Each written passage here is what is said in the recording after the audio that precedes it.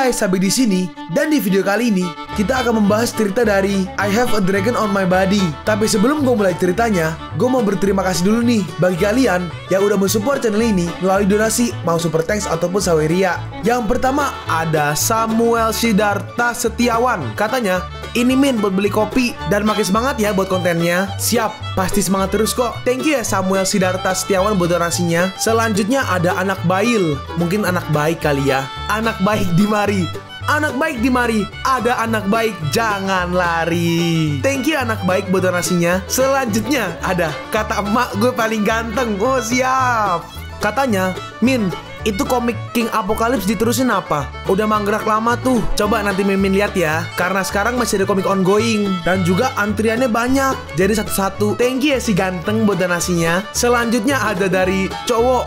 Katanya, Bang, kenapa abang gak cari editor buat bantu abang? Tadinya udah ada, tapi orangnya ngilang guys. Coba nanti Mimin cari editor baru ya. Thank you ya cowok buat donasinya. Selanjutnya ada dari Zylen. Katanya, Kak, lanjutin alur cerita All Attribute Martial Art. Semua komik yang Mimin bawain dari awal pasti Mimin lanjutin. Tinggal tunggu aja komiknya kapan. Untuk sementara, nih sekarang Mimin udah sewa translator. Kalau kalian cek di website, itu Forced to Become the Villain Son-in-Law atau Bocah No Lab, komiknya udah lanjut tuh. Ya lanjut itu karena Mimin bayar jasa translator atau jasa push komik. Nanti satu-satu nanti Mimin lanjutin semua. Thank you ya Zylen buat donasinya. Selanjutnya ada Jian Hendy P. Katanya, mantep Min, lagi maraton judul-judul yang bagus. Siap, oh jelas. Judul di sini semua kita pilih. Menurut Mimin bagus dan menarik, pasti Mimin bawain. Apalagi kalau manhwa Cina, nggak copyright, belum ada yang ngerjain. Lengkap sudah. Thank you ya Jian buat donasinya. Selanjutnya ada Satu Cinta. Gitu bukan sih lagunya? Nyanyi kenaan boker. Ada dari Kuhaku 7. Katanya rekomendasi manhwa yang MC-nya OP tapi lawak Min. Apa ya? Strongest Sentimeta tuh. Bagus. Sam tuh MC-nya OP, sistemnya OP, lawak. Yang mau nonton Strongest Sentimeta atau Sam, episode 104 tuh bisa maraton. Udah dimasukin satu playlist. Thank you ya Kuhaku buat donasinya. Atau emang sekedar mau beliin Mimin kopi, kalian bisa pilih antara super thanks atau saweria. Gue sih nggak masalah kalian pilih yang mana. Cuma kalau bisa lewat saweria aja. Soalnya kalau YouTube potongannya gede 30%. Kalau saweria cuma 5%. Untuk link saweria kalian bisa klik aja di atas kanan nih. Atau bisa cek di kolom deskripsi. Tapi kalau mau support nggak harus donasi kok. Dengan kalian nonton sampai habis dan memberikan like pada video ini, itu udah ngebantu banget buat support channel ini. Oh iya, kalian juga bisa join nih ke grup Telegram komunitas cerita manhwa yang baru.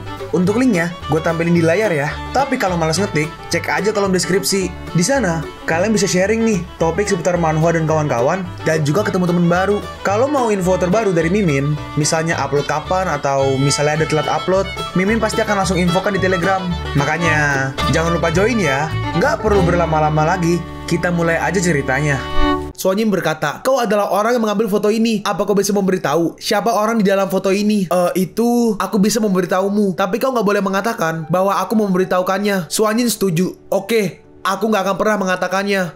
Dia adalah profesor kaligrafi kami, dan kemungkinan dia ada di kelas seni lukis Tiongkok, profesor kaligrafi. Lalu kita pergi ke ruang kelas ekstra, gedung lukisan Cina, Universitas Yenching. Seseorang berkata, saudara muda, apa kau baru di sini? Ini tempat duduk khusus untukku. Apa kau tidak tahu? Terus, kau nggak takut padaku? Karena kau sedikit tampan, aku akan melupakannya. Namaku Wang Chaochun. Bagaimana denganmu? Namaku Monan. Monan, nama yang bagus. Bagaimana kalau aku memberimu tugas nanti? Tugas? Sangat sederhana. Aku dengar ada profesor tampan. Jika dia nggak tampan, kau harus bilang aku sedang sakit nanti. Setelah itu, aku akan mengirimmu ke dokter dan bolos dari kelas. Gimana? Apa kau setuju? Lalu Monan berdiri, dan dia berdiri ke depan. Monan berkata, perhatian semuanya, namaku adalah Monan. Aku profesor kaligrafi baru kalian. Mulai sekarang, aku mengajari kalian di kelas kaligrafi semester ini. Hah? Profesor? Lalu Suanyi melihat Monan. Monan profesor kaligrafi. Lalu Suanyi menunggu di luar gedung lukisan Cina. Dalam hati Suanyin, dia adalah seorang kaligrafi dan dia memiliki gelang yang sama denganku. Suanyin, apa kau di sini untuk menungguku keluar dari kelas? Tidak. Aku hanya ingin mengkonfirmasi satu hal. Apa itu? Apa ini kau? Iya, tentu saja itu aku. Apa tanganmu terluka karena granat itu? Bukankah kau bilang itu hanya mainan? Bagaimana bisa kau terluka? Bukan hal besar. Ini hanya sedikit goresan. Apa yang kau pegang itu untukku? Kebetulan luka aku sakit begitu aku menyentuhnya. Tolong bantu aku memasang perban plaster. Aduh, sepertinya luka aku terbuka lagi. Oke. Aku akan membantumu menempelkannya. Tangannya Monan pun ditempel plaster. Monan, lalu tiba-tiba ada si Mafeng bersama segerombolan orang dari Taekwondo. Akhirnya aku menemukanmu. Kau lagi, si Mafeng. Suanyin, kau pergilah ke kelas dulu. Baiklah, tapi hati-hati. Bunuh dia! Mereka semua pun maju. Aduh, tidak! Tolong, hentikan! Oh, aku tahu siapa kau. Siapa aku? Kau pasti muridnya kan? Murid. Kau pandai bela diri dan kau punya gelang yang sama denganku. Kau pasti dikirim olehnya untuk melindungiku kan? Hah? Apa yang kau? Monan, jawab aku. Kenapa gurumu gak datang menemuiku? Dia bukan orang tua kan? Jangan khawatir. Dia bukan orang tua. Hanya saja rambutnya emang putih. Dia diam-diam akan melindungimu. Baiklah, lupakan itu. Kali ini kau akan mendapat masalah. Lalu Monan dipanggil ke kantor. Monan, sebagai profesor yang ditunjuk secara khusus, kau benar-benar berani memukul siswa. Sepertinya kau tidak ingin menjadi bagian dari Universitas Yenching. Kau juga berani memukuli keponakan Direktur Sima. Kau tinggal menunggu untuk diusir. Lalu Monan menghampiri kepala sekolah Tang. Kepala sekolah Tang, Monan, kau di sini. Apa kau tahu kenapa aku memanggilmu hari ini? Monan menjawab, mungkin aku tahu apa yang akan Anda lakukan dengan mereka. Mereka berani memukul seorang profesor. Monan, itu nggak masuk akal. Kau pikir aku nggak tahu? Kau memukuli keponakanku. Dan ada lebih dari 30 siswa Taekwondo di rumah sakit sekolah. Tapi kau terlihat gak menyesal sama sekali. Bagaimana menurut Direktur Sima menyikapi hal ini? Pendapatku, pemberhentian atau pemberian kompensasi, terutama untuk mengganti biaya menyelamatkan keponakanku. Aku harus membeli pil di Tanhui. Jadi kau harus membayar 1 juta. Dalam hati Monan, ternyata si Mafeng udah meminum pil itu. Gak heran dia sembuh begitu cepat. Aku punya uang. Tapi apa kau berpikir kau bisa melakukan apapun yang kau inginkan setelah kau mengeluarkanku dari universitas? Aku membiarkan kamu tetap hidup hari ini. Tapi lain kali mungkin tidak. Kepala sekolah Tang, kalau kau gak bisa membantuku menangani hal seperti ini, maka aku akan sangat kecewa dengan Anda dan juga Universitas Yenching. Profesor Mo, jangan marah. Jangan sampai ini terjadi lagi. Lalu Monan pun pergi. Dan ternyata ada UXC di sana. Monan, bagaimana? Apa yang dikatakan kepala sekolah Tang? Monan merespon, dia nggak mengatakan apa-apa. Monan, jangan takut. Aku akan menjelaskannya kepada kepala sekolah. Pasti ada seseorang yang bersembunyi di balik insiden pemukulanmu. Oh, apa itu? Apa kau menganggapku bodoh? Bagaimana mungkin 30 siswa Taekwondo bisa pergi ke gedung kaligrafi tanpa alasan? Aku harus mengingatkan kepala sekolah untuk tidak mendengarkan kata-kata sepihak dari si Mafeng. Tapi Monan menariknya. Monan berkata, baiklah, kepala sekolah juga nggak bodoh. Apa kau pikir dia nggak tahu? Lalu Monan mendapat SMS dari Pi Anhua, tim khusus Huaxia. SMS-nya berkata, Ketua Monan, 88 orang semua udah kami bunuh dengan tuntas. Monan membalas, baiklah, sekarang aku telah mengurangi tindakanku akhir-akhir ini dan aku telah menyembunyikan keberadaanku. Dalam hati Monan, pembunuhan 88 orang sepertinya menimbulkan banyak kekacauan. Lalu Monan ditelepon oleh Ye Liuli. Tuan Mo, kau udah lama gak menghubungiku. Kau gak melupakanku kan? Presiden Ye, ada apa kau menelponku? Lihatlah apa yang kau katakan. Apa ada yang salah jika aku mencarimu? Aku kebetulan ada di universitasmu. Aku ingin bertemu dan mengobrol. Tuan Mo, aku ada di taman universitas sekarang. Monan berkata, oke, aku akan ke sana. Presiden Ye, Tuan Mo, sepertinya kau tambah tampan aja sejak kita bertemu. Apa yang terjadi? Apakah kau punya pacar? Monan menjawab, aku punya seseorang yang aku suka, tapi aku belum mengungkapkannya. Ye Liuli berkata, garis mana yang berhasil memikat hati tuanmu kita? Ini akan membuat adikku iri. Monan berkata, ini keberuntunganku. BTW, apa yang bisa kulakukan untukmu? Ye Liuli menjawab, ada sebidang tanah yang aku inginkan. Apa kau tertarik bekerja sama untuk mendapatkannya? Seorang presiden Ye Liuli gak bisa mendapatkan sebidang tanah. Ye Liuli merespon, jika semudah itu, aku nggak perlu sampai jauh-jauh ke sini sendiri. Bagaimana? Pikirkanlah, ada pertemuan kecil di rumahku hari ini. Bagaimana kalau kau ikut pergi bersama? Ternyata di dalam ada Suanyin. Suanyin? Oh, jadi kalian saling kenal. Monan berkata, cepat, nggak buruk untuk menghadiri pesta jika tidak ada yang dilakukan. Mereka pun sampai. Ye Liuli berkata, pesta malam ini adalah pesta pribadi, jadi jangan sungkan dan anggap seperti di rumah sendiri. Lalu Monan melihat ada banyak orang. Dalam hati Monan, ada begitu banyak orang di sini. Sepertinya pesta malam ini nggak akan sepi. Seseorang berkata, presidennya kembali dan Muswanyin juga ada di sini, seperti yang diharapkan. Terus siapa laki-laki itu? Tidak tahu. Dalam hati orang yang di kanan, kalau nggak salah dari keluarga Chow dia. Kalau nggak salah Chow Kuang. Dalam hati Chow Kuang, orang ini juga ada di sini. Akan ada pertunjukan bagus malam ini. Dan di sini kita melihat Mu Yanyan dan juga Mu Lingheng. Orang itu Lingheng menahan, "Jangan impulsif. Ini adalah rumah Ye Liuli." Saat Ye Liuli masuk, dia disambut. Orang itu berkata, "Presiden Ye, ini merupakan pesta yang luar biasa. Semuanya gak perlu sungkan. Ini hanyalah pertemuan kecil. Semua orang silakan duduk. Kau Monan kan? Kita bertemu lagi." "Hah? Siapa kau?" Cao Kuang berkata, "Sangat bagus. Aku suka sikapmu dan ini menyenangkan." Dalam hati Cao Kuang, sekarang semua kursi udah penuh. Apa kau nggak tahu malu? Kau mau berdiri? Dalam hati Ye Liuli, kenapa nggak ada kursi? Aku ingat seharusnya cukup. Siapa orang ini? Karena nggak ada kursi untuknya, jangan keras kepala. Kau nggak cocok untuk acara seperti ini. Kami semua yang duduk di sini adalah keluarga terkenal. Kau hanyalah seorang anak dari kota kecil dan kau ingin duduk juga. Hei, cepat dan siapkan kursi untuknya. "Baik," Suanyin berkata, duduklah di sampingku." Dengan senang hati, aku tidak menolak. Monan pun duduk di sebelahnya. Kemudian, perjamuan malam ini secara resmi dimulai. Semua elit muda Universitas Yenching. Setiap orang harus membangun hubungan yang baik satu sama lain. Dengan begitu, mereka akan berdiri kokoh di Yenching di masa depan. Bersulang, teman Yutong yang di kiri berkata, "Shiyun, karena kau di militer, kau harus menjaga kami di masa depan." Qingyun merespon,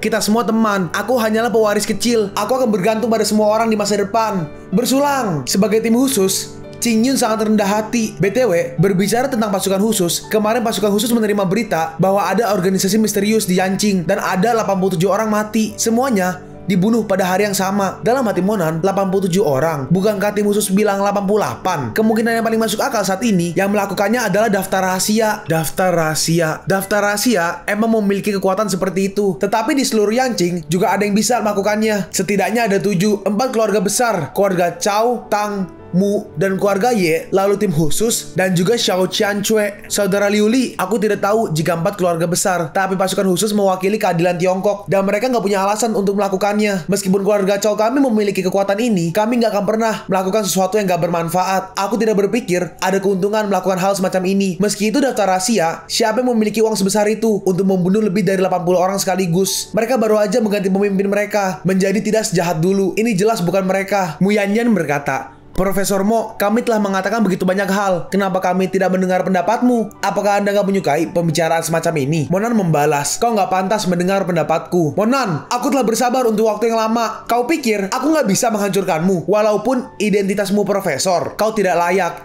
Biarkan patriark keluargamu datang ke sini dan berbicara denganku." "Oke, tenang semuanya. Kalian semua adalah tamuku di sini. Tolong jangan permalukan aku."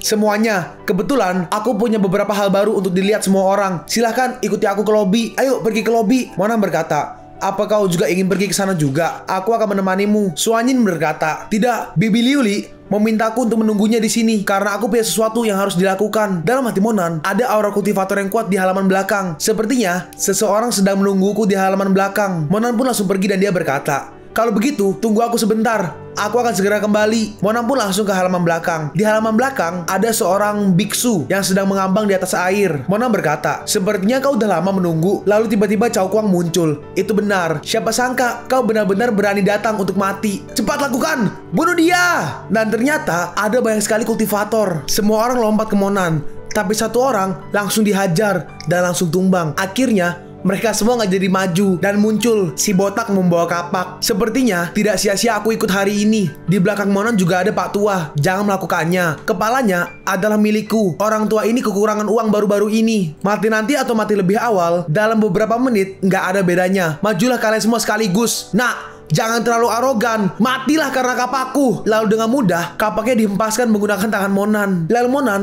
langsung menyerang orang itu. Orang itu pun tumbang. Si biksu masih diam aja. "Mereka bukan lawanku. Kau adalah yang terkuat di antara mereka. Majulah. Jangan buang-buang waktuku." Sungguh omong kosong. Aku harus membunuh anak ini hari ini. Sialan.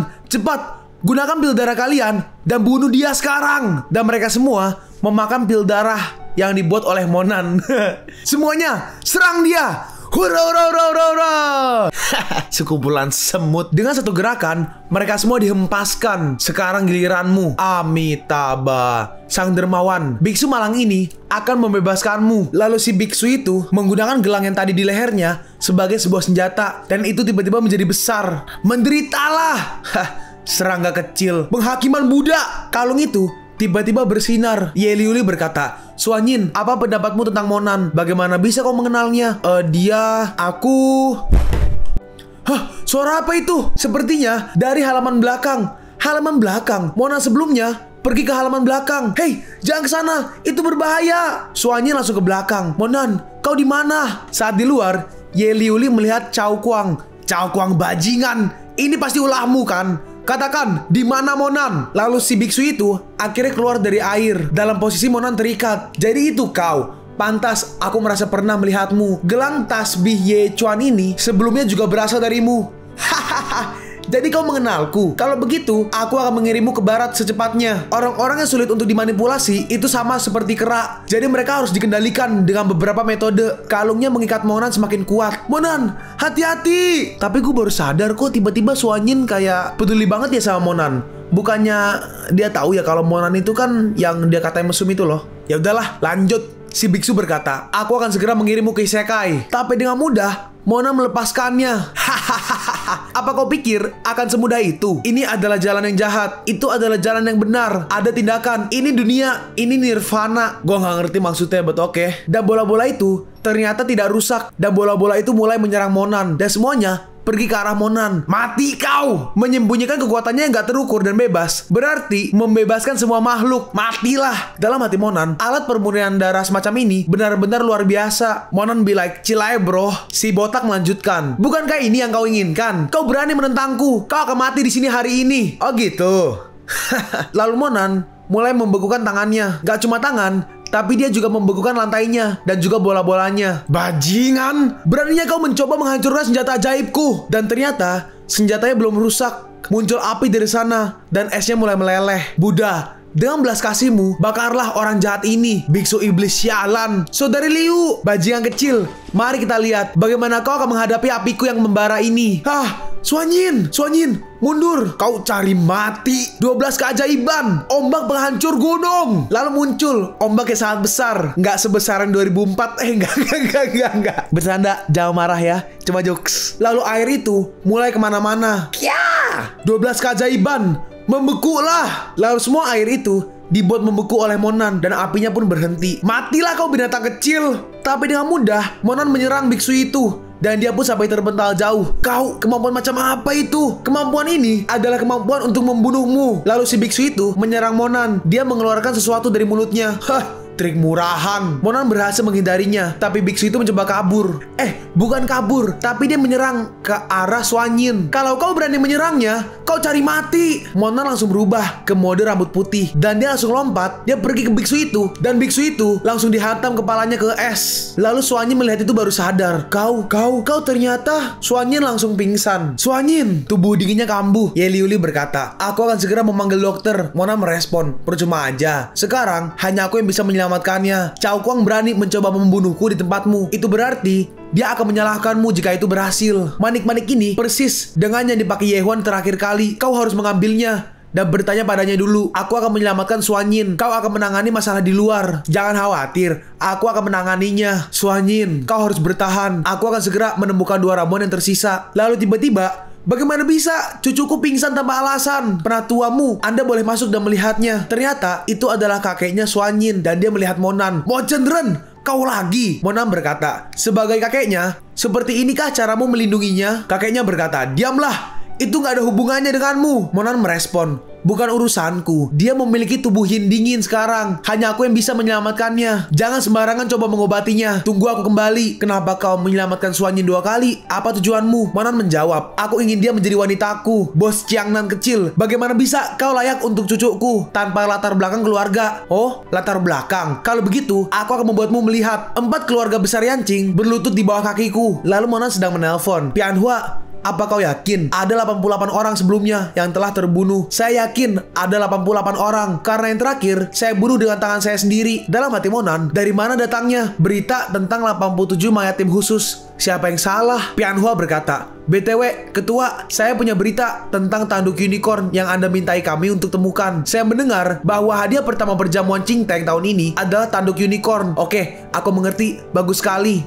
Bahan obat akhirnya ditemukan. Langkah selanjutnya adalah memastikan apa yang sebenarnya terjadi dengan mayat. Lalu Monan pergi ke TKP atau tempat kejadian perkara. Saat di dalam, tiba-tiba lampunya menyala menyorot ke arah Monan. Hari yang ditunggu akhirnya datang. Aku sudah lama menunggu seseorang. Siapa sangka ternyata itu kau, Mo Chen-ren. Itu adalah instruktur Qingluan. Instruktur Qingluan, kebetulan sekali kau juga keluar untuk jalan-jalan. Instruktur Qingluan berkata, Mo Chen-ren, ini adalah TKP. Kau nggak boleh ceroboh. Bagaimana menurutmu? Pasukanku nggak buruk kan? Adikku dan aku bertaruh kau akan datang. Dan ternyata emang begitu. Monan berkata, itu pasukan yang bagus. Tapi tidakkah kau harus menyelidiki siapa yang membocorkan rahasia ini kepadaku? Gak perlu khawatir tentang itu. Hanya butuh 5 menit untuk mengetahuinya. Tetapi kau, apa kau ingin mati ditembak atau dihancurkan? Dan apakah ada kata-kata terakhirmu? Sejauh yang ku tahu, kelompok orang ini adalah teroris. Dan mereka semua bukan orang negara ini. Seseorang membereskan mereka untukmu. Bukankah kau harusnya berterima kasih padanya? Qingluan merespon,